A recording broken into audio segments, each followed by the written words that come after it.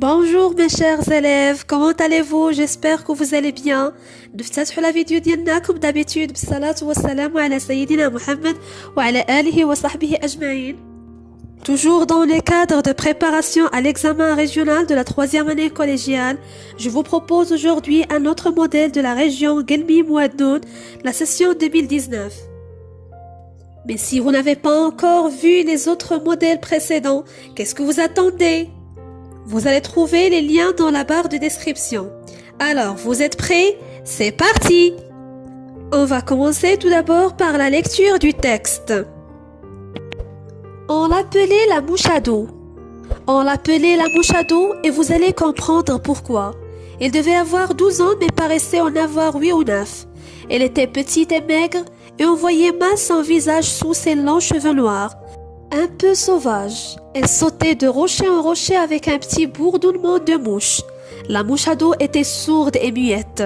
À cette époque, dans les villages, il y avait souvent une personne un peu simplette ou folle.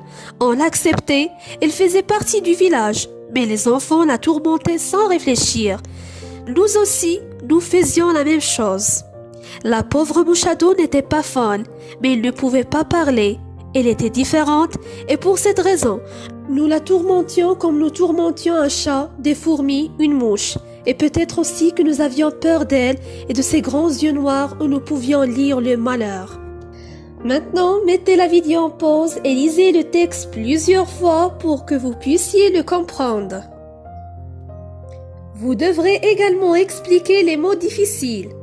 Par exemple, on a le mot bourdonnement de mouche, c'est-à-dire bruit ou un son émis par certains types d'insectes comme l'abeille, la mouche, etc. Le deuxième terme, c'est sourde. Une personne qui est sourde, c'est une personne qui n'entend pas les sons. Troisième terme, muette. On dit une personne muette, c'est-à-dire une personne qui ne parle pas. Quatrième terme, le verbe tourmenter, qui signifie troubler, déranger, etc. Et finalement, le dernier terme, c'est le malheur, c'est-à-dire le chagrin, la tristesse ou la douleur. Maintenant, prenez quelques minutes et c'est à vous de répondre aux questions de compréhension. Alors, vous avez terminé? Très bien, on passe à la correction. La première question. Recopiez et complétez les deux tableaux suivants. On va commencer d'abord par le premier tableau A. Quel est le titre de la nouvelle? Faites attention mes chers élèves, ils ont demandé de préciser le titre de la nouvelle et c'est pas le titre du texte, d'accord?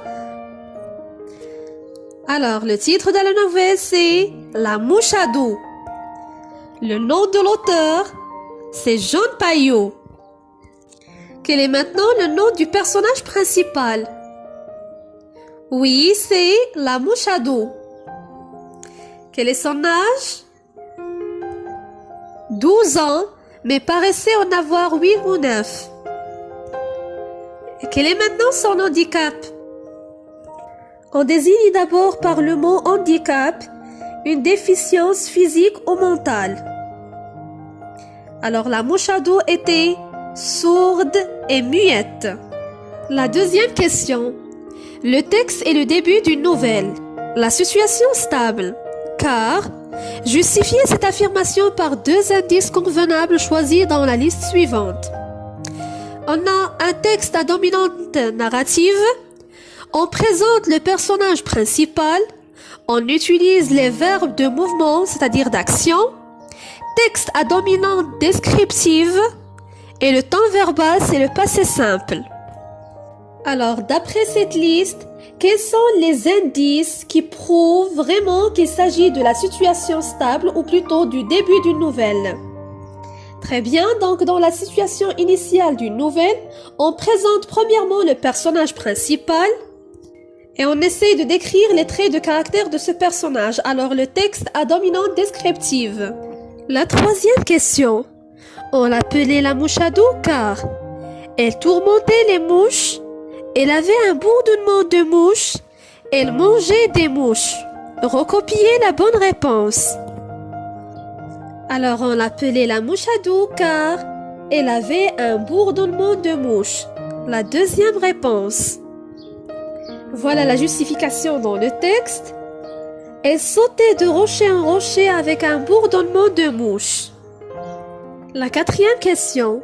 Répondez par vrai ou faux. A. La mouche à dos avait des manières sauvages. Oui, c'est vrai. Voilà la justification dans le texte. L'expression un peu sauvage. B. Les enfants aidaient la mouche à dos. Alors c'est faux. Pourquoi? Parce que les enfants la tourmentaient sans réfléchir. La cinquième question. Pourquoi, à votre avis, les enfants tourmentaient-ils la mouche à dos? À partir du texte, plus précisément à partir du paragraphe numéro 3, donnez deux raisons. La première raison, c'est parce qu'elle était différente. La deuxième raison, c'est parce que les enfants avaient peur d'elle. La dernière question. Comment jugez-vous le comportement des enfants envers la mouche à dos? Justifiez votre réponse.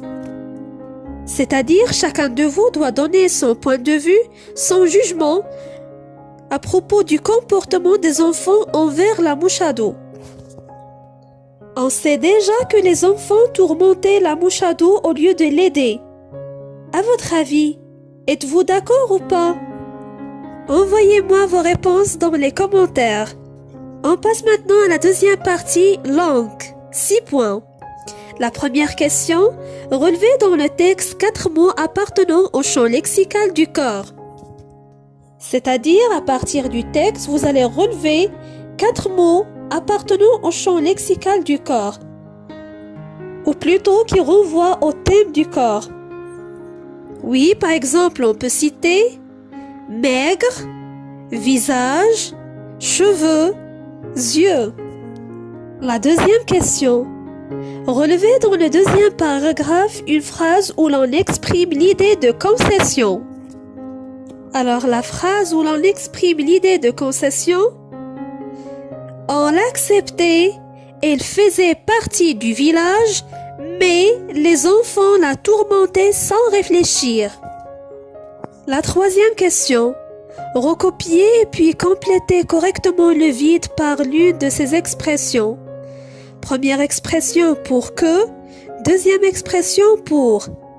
Et après, justifiez votre choix.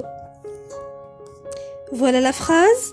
Les gens du village faisaient leur possible, protéger la mouche à dos. Alors on peut dire, les gens du village faisaient leur possible pour protéger la mouche à dos. Et pour justifier notre réponse, on utilise l'expression pour plus un infinitif. Pour protéger. Et aussi, il y a le même sujet. La quatrième question. Reliez ces deux phrases de manière à exprimer la cause. Elle était différente. Nous tourmentions la mouche à dos. Il y a plusieurs réponses possibles. Par exemple, on peut dire nous tourmentions la mouche à dos parce qu'elle était différente. Ou par exemple, nous tourmentions la mouche à dos car elle était différente. La cinquième question. Mettez le verbe entre parenthèses au mode et au temps qui conviennent. Voilà la phrase. Les gens du village aiment la mouche à dos, bien qu'elle, le verbe être entre parenthèses, un peu sauvage. Dans cette phrase, on voit clairement l'expression bien que est écrite en gras. Alors après cette expression, le verbe doit être conjugué au subjonctif.